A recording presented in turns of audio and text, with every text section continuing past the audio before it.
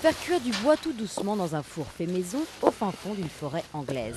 Une expérience destinée à transformer du bois de construction en biochar, mélange de bio et de l'anglais charcoal, charbon.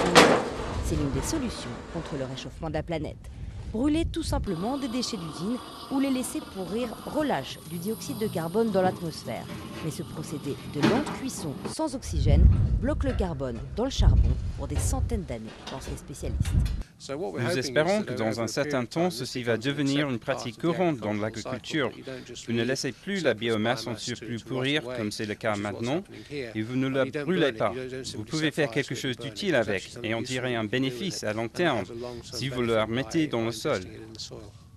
Les experts pensent qu'en enterrant le biochar dans le sol, cela n'empêche pas seulement des émissions de gaz à effet de serre, mais cela augmente aussi la fertilité du sol. Il peut donc être vendu comme engrais ou utilisé pour gagner des crédits carbone. Pourtant, certains écologistes estiment que si le marché du biochar décollait, l'impact sur l'environnement pourrait être dévastateur. Si vous utilisez le biochar pour bloquer dans la terre le CO2 de l'atmosphère, vous allez avoir besoin de beaucoup de surface.